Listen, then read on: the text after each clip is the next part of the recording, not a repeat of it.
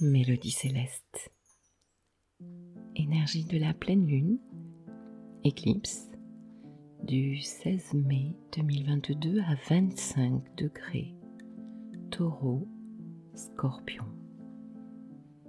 Je suis ravie de vous retrouver, je suis Christine, thérapeute biodynamique et astrologue humaniste. Une pleine lune en puissance, puisque proche des nœuds lunaires, et donc ce ciel nous propose une éclipse lunaire. Pour rappel, une pleine lune est une période de résultats, de bilan, de pleine conscience aussi, de cette petite graine, de ce nouveau départ semé lors de la dernière nouvelle lune.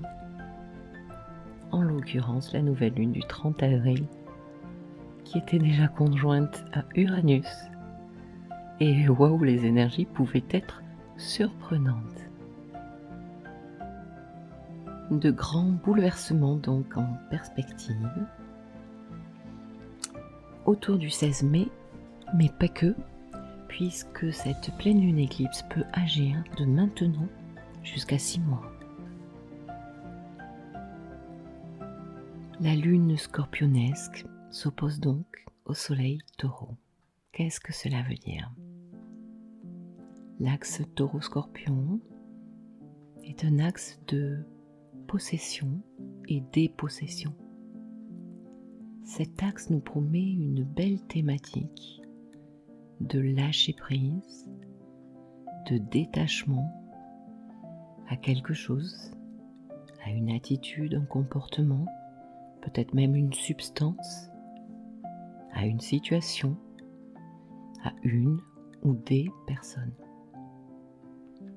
Cette lune conjointe au-dessus dans Scorpion représente ce que nous devons laisser partir, abandonner, parce que désuète. Le scorpion est un signe qui connaît les morts et les renaissances. C'est vraiment le signe le plus habile pour vivre cela. Mais pour pouvoir lâcher, il aura vraiment besoin de faire le tour de la situation, de l'avoir étudiée, ressassée. En Scorpion, on ressasse pas mal. Et puis digérer. Alors, le Scorpion sera d'accord pour faire ce lâcher prise. Quitter ces situations où nous devons quelque part abdiquer.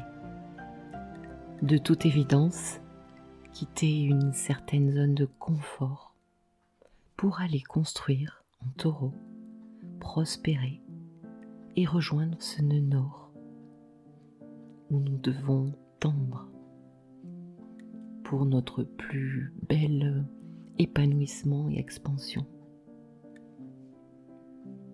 Alors, cette pleine lune éclipse est carrée à Saturne et appuie donc sur la coloration karmique des énergies proposées. On peut sentir d'énormes résistances, voire des blocages, quelques retards, pour pouvoir faire ce travail de lâcher prise. Alors, ok, le programme est plutôt hard, je vous l'accorde, bien que cela sera plus facile pour certains signes que d'autres. Alors, les plus impactés seront de toute évidence les scorpions, qui vivent, à mon avis, un moment clé sur leur chemin, ainsi que les taureaux, et puis les lions et les verseaux. Vous l'aurez compris, tous les signes fixes. Donc, un travail sur soi, de développement personnel, pour évoluer, nous est proposé. Pour cela, une très belle énergie pour nous accompagner. Je parle ici de la conjonction Mars-Neptune en très bel aspect. Mars, l'action, les désirs, les impulsions, coloré de l'idéalisme, de l'intuition, de l'empathie et de la spiritualité de Neptune, peut nous permettre pour certains d'entre nous, de toucher au miracle, d'accueillir une possibilité de rêve presque inimaginable, mais bel et bien possible. Why not? Y croire, Neptune, croire à nos rêves les plus fous, est dans ce cas essentiel. Avec Neptune, les limites de nos rêves les plus fous sont repoussées. L'infini de nos possibilités sont flamboyantes. À moins que, suivant les aspects que font cette conjonction à vos planètes natales dans votre thème personnel, cela finisse dans la plus grande des désillusions, où votre intuition a pu vous faire défaut. Ici, on peut perdre quelque chose. En tout cas, une personne, une situation peut disparaître avec Neptune après une belle erreur de jugement. Attention, on peut se sentir abandonné, trahi. Ici, avec la planète Mars, avec un ami, un collaborateur, un fiancé, on peut se laisser aller aussi à rêver, au farniente, bref, à procrastiner. Chacun veut ce qui lui plaît. La créativité est très présente aussi. La vibration de s'engager, agir personnellement pour quelque chose de plus grand que soi, un groupe, un collectif, une foi, peut être récompensé. Prendre soin de soi, des autres. Les médecines douces, la thérapie, les voyages, s'évader, on la cote. Et comme il est question d'une lune Scorpion, je vous rappelle toute la manipulation, les mensonges, les tricheries possibles dans ce signe. Car finalement, de quoi le Scorpion a-t-il le plus peur? Eh bien, c'est de perdre son pouvoir. Le Scorpion aime tout contrôler.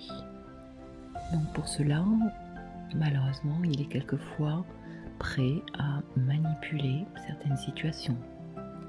Alors, justement, Pluton, maître du Scorpion et qui maîtrise cette lune, nous guide vers la possibilité et la capacité magnifique de se régénérer, d'épurer et de faire mourir une situation pour renaître. Pluton pourrait même aider certaines situations à se transformer radicalement vers le meilleur également. Par exemple, un couple en thérapie, on sait que en fait, dans une thérapie de couple, quand on reçoit le couple, eh bien, pour pouvoir sauver le couple, il faut être prêt à le perdre. Et c'est exactement ce que nous dit le Scorpion. Lâcher prise, prendre le risque de, et c'est à ce moment-là que le miracle peut se passer. Alors, comme super aspect aussi, nous avons Jupiter qui est entré depuis le 11 mai en Bélier. Bienvenue Jupiter, qui nous ouvre le champ des possibles dans le secteur de vie où elle va transiter dans votre roue zodiacale. Ici, on parle du premier décan, puisque Jupiter ira jusqu'au 8e degré Bélier. Je sais pas vous, mais moi j'en ai ras la tasse de toutes ces énergies d'eau depuis un moment. Alors voici enfin du feu. En même temps, toutes ces planètes en Poisson dernièrement nous ont aidés un petit peu à décoller comme une boue émotionnelle qui va pouvoir passer à une catharsis ici avec cette pleine lune éclipse. Nous sommes en train de faire le plus utile des composts psychologiques pour renaître à nous-mêmes. Et ça, c'est quand même génial. Donc, vous l'aurez compris, un moment idéal pour travailler sur une thématique qui revient, qui vous empoisonne la vie, qui devient toxique, ou même qui vous obsède. Donc n'hésitez pas à rappeler votre thérapeute si c'est le cas, ou en trouver un, je reste à votre disposition. Donc en somme, cette pleine lune est très psychologique et émotionnelle. La peur de perdre le connu, le concret, sortir de sa zone de confort. Mais dans notre besace, nous avons tout le courage du bélier avec Vénus en bélier et Jupiter qui nous donne l'impulse d'aller vers de nouveaux commencements, d'aller à la conquête. En bélier, c'est la conquête, sans peur. On ne sent plus la peur. Il peut y avoir des comportements intrépides pour retrouver l'objet de nos désirs. C'est quand même un très joli programme à notre disposition. Ce sont en tout cas les énergies à disposition. Et je vous souhaite d'en tirer quelque chose de très bénéfique pour vous dans votre vie. Si vous souhaitez faire un petit peu de clarification et une aide, un accompagnement, tant au niveau astrologique que psychologique, eh bien, je reste à votre disposition. Vous pouvez me joindre, vous avez mon adresse mail plus bas dans la description. Perdre pour pouvoir se retrouver. Je vous embrasse et vous dis à très bientôt. Au revoir.